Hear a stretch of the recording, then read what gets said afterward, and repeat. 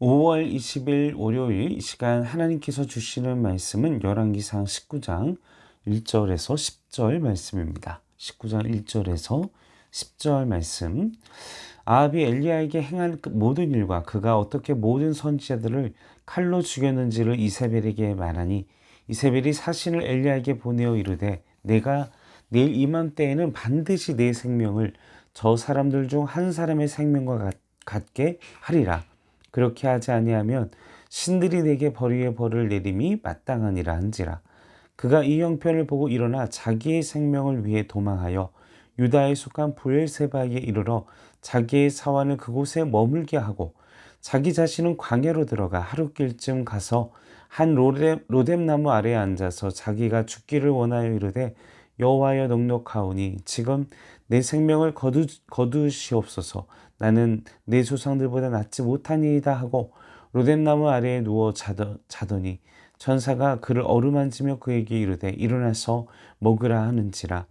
본즉 머리맡에 숯불에 구운 떡과 한 병 물이 있더라. 이에 먹고 마시고 다시 누웠더니 여호와의 천사가 또다시 와서 어루만지며 이르되 일어나 먹으라. 내가 갈 길을 다 가지 못할까 하노라 하는지라. 이에 일어나 먹고 마시고 그 음식물에 힘을 의지하여 40주 40야를 가서 하나님의 산 호렙에 이르니라.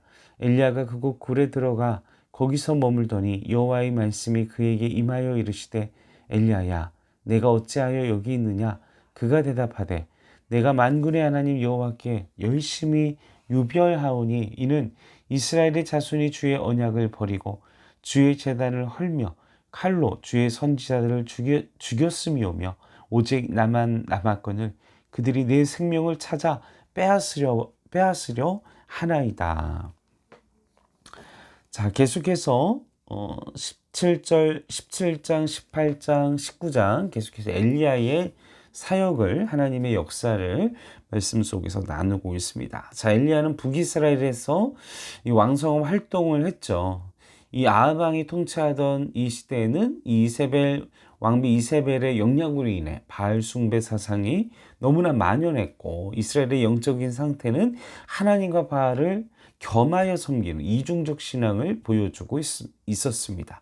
또 그뿐만 아니라 아합은 하나님의 선지자들을 많이 죽였고 이세벨은 더 특별히 이유를 불문하고 여호와의 선지자들은 무조건 죽였습니다. 이래서 오바댜가 선지자 100명을 구출하고 구하는 장면들이 이 아합 왕 시절에 벌어졌고 이와 같이 이스라엘을 병들게 하고 그로 인해 앞서서 우리가 이 18장 말씀에서 이 하나님의 그 능하심, 참신이신 이 바알의 허무하고 가짜신인 이 바알과의 이 거룩한 영적 전쟁, 싸움을 통해서 하나님이 참신이시고 하나님의 능력으로 그들을 그 바알 그 거짓 선지자를 싹쓸이 해버린 모두 다 도륙해버린 그 사건들이 하나님의 영적인 전쟁에서 승리한 사건들이 18장에 기록되고 그리고 나서 이 소식이 이세벨에게 귀까지 전해지고 이 붕괴한 이세벨이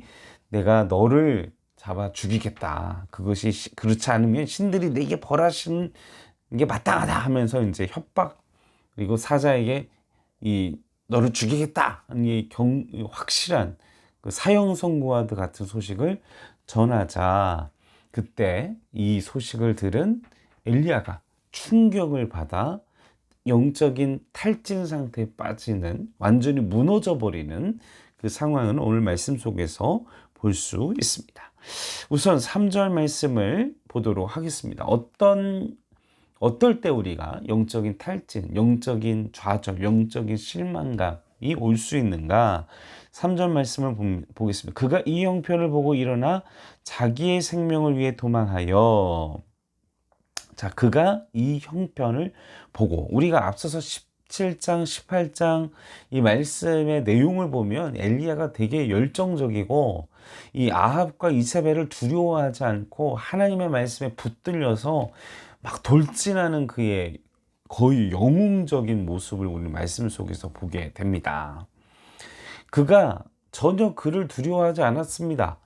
엘리야는 이세벨의 수많이 죽어간 하나님의 선지자의 아하방과 이세벨을 통해서 죽어간 선지자의 소식들을 듣고 그를 맞닥뜨리고 아하방과 맞닥뜨려서 막 가뭄과 하나님의 능하신 일과 역사 막 전하고 그렇게 막 담대했던 사람이었는데 그가 갑자기 그가 3절 말씀에 자신의 이 형편, 상황과 현재의 상황, 지금 선지자들, 하나님의 주의 종들 다 죽었죠. 이제 자기만 혼자 남았고, 그리고 이제 하나님의 역사로 인해서 그 거짓 선지자들을, 그리고 바알세불의 그 허망함을 보여주고, 이제 이스라엘이 돌아서고, 왕이 돌아서고, 이세벨이 축출되든 아니면 회개를 하든 뭔가 기적적인 상황이 벌어질 줄 알았는데 지금 이스라엘 백성들도 돌아오지 않았죠.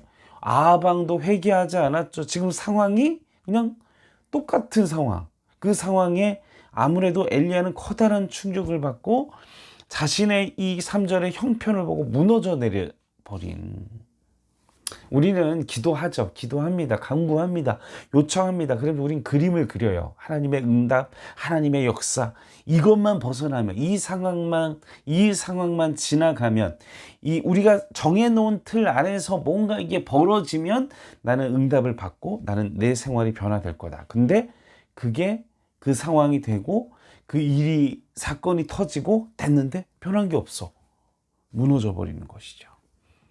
우리는 우리의 인간적인 내 생각의 그림을 그려지고 내가 그 결과를 만들고 하나님의 역사를 내가 감히 하나님의 역사를 이렇게 할 것이다, 이렇게 할 것이다, 이렇게 될 것이다, 사람은 이렇게 될 것이다, 이렇게 환경은 변할 것이다, 이스라엘은 회개할 것이다, 아하방은 눈물을 흘리며 하나님, 이세벨은 뭐 축출되든지 변한 게 없었다라는 거죠. 생각하고 한다는 게.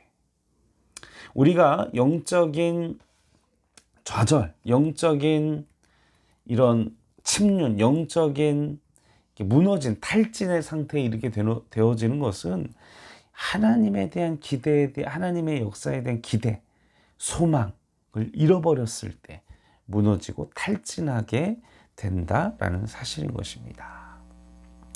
우리는 이 말씀을 보면서 우리 자신도 한번 생각해 볼 필요성이 있습니다. 내가 하나님의 역사를 그리고 내 생각대로 하나님의 역사와 하나님의 어떤 상황과 막 이걸 그림을 그려놓고 그리고 내 형편을 바라보면서 무너지고 있지는 않은가. 지금 엘리야는 잊었어요. 누굴 잊었어요?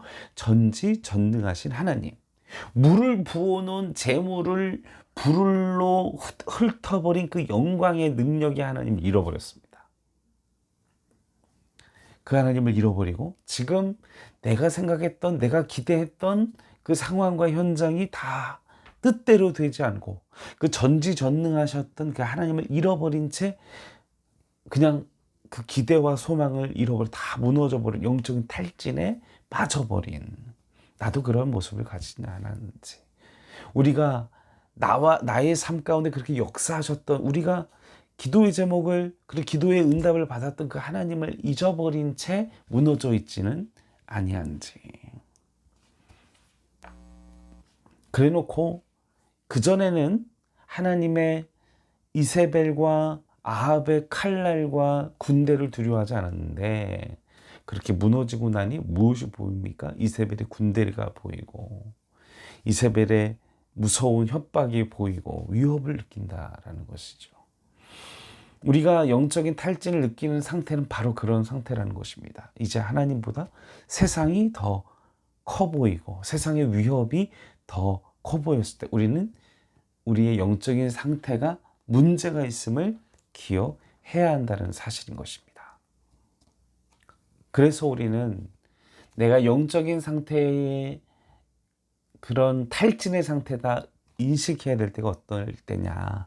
하나님보다 세상이 더 커 보일 때, 예전에 보이지 않던 세상의 위협이 더 커 보일 때 이미 우리의 영혼과 마음은 탈진되어 있다. 우리는 그 사실을 알고 인지해야 한다는 것입니다. 그때부터 이세벨이 두려워졌고 그때부터 현실이 두려워졌고 그때부터 무너지고 두려움에 빠져 우울감과 낭망함으로 쓰러져서 그냥 시험에 빠져서 누워져 쓰러져 버려 있는 이 엘리야의 모습은, 그 탈진되어 있는 엘리야의 모습은 우리의 상태와도 같다라는 것입니다. 그때부터, 그전에는 하나님의 음성을 듣고 움직였는데 하나님의 음성도 들리지 않고 무너져 있는 상태. 그런 상태일 때 우리는 두 번째로 그런 영적인 상태일 때, 탈진되어 있는 상태일 때 우리는 이 문제를 어떻게 극복해야 하느냐. 본문 4절을 읽겠습니다. 자기 자신은 광야로 들어가 하룻길쯤 가서 로뎀나무 아래에 앉아서 자기가 죽기를 원하여 이르되 여호와의 넉넉하오니 내 생명을 거두시옵소서. 그리고 5절 6절 계속해서 로뎀나무 아래 누워 자더니 천사가 어루만지며 6절에 숯불에 구운 떡과 물이 있더니 그것을 먹고 마시고 어루만지고 일어나라 내가 갈 길을 못 가. 먹고 마시고 일어나라 내가 갈 길을 못 갈까 하노라. 하나님은 엘리야를 뭐라고 질책하지 않으셨습니다. 믿음이 작은 자야. 야 이놈아. 그죠? 그의 무너져 있는 영적인 상태를, 그 현실을 그냥 용납하시고 받아주셨습니다. 하나님이 우리의 영적인 탈진한 상태를 그냥 받아주시고 용납해 주시고 우리를 회복시키시기를 원합니다. 주님께서 그에게 먹인 것은 무엇입니까? 떡과 물이죠. 사랑하는 성도 여러분, 기억하십시오. 우리에게는 엘리야에게 없는 것이 있습니다. 바로 생명의 떡이신 예수 그리스도가 우리 안에 우리와 함께 하시고 우리는 그분을 갖고 있고, 그리고 생수의 근원이신 사마리아 여인에게 이것을 마시면 영원히 목마르지 아니하리니. 생수의 근원이신 예수를 우리는 품고 있습니다. 우리의 주인이십니다. 우리의 모든 것 되십니다. 탈진하셨습니까? 예수님을 바라보십시오. 우리의 생명의 떡이요, 우리의 생명의 생수이신, 우리를 시원케 하시는, 우리를 살게 하시는 주님이 우리와 함께 하십니다. 예수 그리스도 안에 소망이 있습니다. 예수님 안에 생명이 있습니다. 그리고 엘리야에게 가지지 못한 한 가지가 더 있죠. 무엇입니까? 지금 본문에 나와 있는 엘리야 말입니다. 바로 성령이십니다. 엘리야가 나중에는 불병거를 타고 하나님의 영의 임재 속에 막 사역을 했지만, 지금 이 상태에서는 우리가 본문의 엘리야보다 더 나은 것은 생명의 근원이신, 생명의 떡이신, 생수이신, 그리고 하나님의 영이신 성령님이 우리 안에 계시다라는 것입니다. 성령 강림 주일로 우리가 기억하고, 성령님은요 우리를 향해 이 시간도 기도하고 계십니다. 우리를 회복시키기 위하여 주님을 향해 간구하고 계십니다. 우리를 위해 이 시간에 아무도 기도해 주지 않는다 생각할지라도 내 안에 계신 성령님은 나를 위하여 이 시간에도 기도하고 계십니다. 내가 기도조차 할 수 없고 시체처럼 쓰러져 있는 그 순간에도 성령님은 우리를 생명의 근원이신 떡을 먹이시고, 생수이신 영원한 생명수이신 그 예수 그리스도의 생수를 우리가 먹게끔 하게 하시고 다시 일어나게끔 우리를 붙잡고 계십니다. 주님, 사랑하는 우리 성도 여러분, 주님을 바라보십시오. 그리고 주님을 향하여 기도하십시오. 주님을 향하여 다시 일어나십시오. 우리를 다시 하나님의 위대한 도구로 사용하여 주실 것을 믿습니다. 함께 기도하겠습니다. 우리를 탓하지 아니하시고 우리를 어루만지며 다시 일으키시는 하나님, 그런 주님을 기대합니다. 소망합니다. 쓰러져 있는 우리 한 분 한 분을 어루만지시고 먹이시고 마시게 하시고 다시 일어날 수 있는 새 생명을 성령 하나님이여 허락하여 주시옵소서.